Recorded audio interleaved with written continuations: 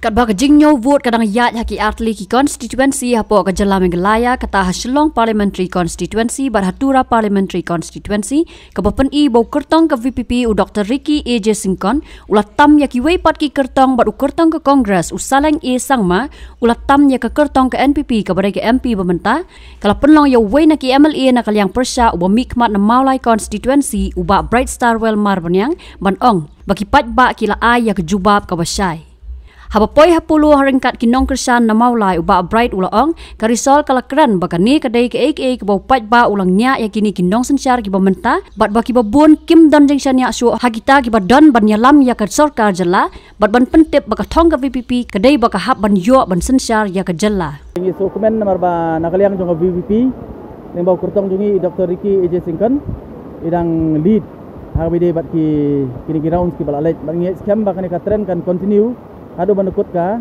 Kyrwoh. Te hot ka ningkong ka burom ngi ayu blay. Bulan kat bangi nu basdang ka jingsang jong ka parti. Ha ki camping ki jongi kumju. Bar kham tamru ngamla ban klet u Paidbah.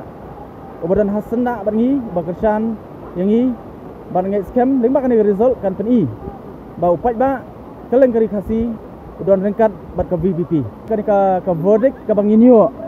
Ha kan ka election MP ka bamenta kan peri bau Paidbah hamtam hapo kari khasi bat wat garuru ko mangi katren menta kalong ba u Paidbah ulalong frustrated habi de bat kanika government ka jungi hamtam hapo ka Jylla hot wala kani election MP henrei ngi sotu bau Paidbah apan udon ka jingdom ulang frustrated wat ya ka government hapo kanika Jylla ka jungi aku pula benang ni di Sinja mu ba ar ka begitu kata ri ki Sinja Ladap ban yat limba ka MLA election ni aingu u Paidbah ulah sei samut ki MLA ban nge scam ba kani kudai mau jam ku mapiong mau jam baar uba u Paidbah company ba keleng kari udon ringkat par ka voice of the people party kidong sibun ki ke mo kiba kum ka party ling ba ka jingsang ki dong Paidbah ngeneng ya saprang bar ka thong ka jongi kalong ba ngide ban sinsyar ha kani ka Jylla ka jongi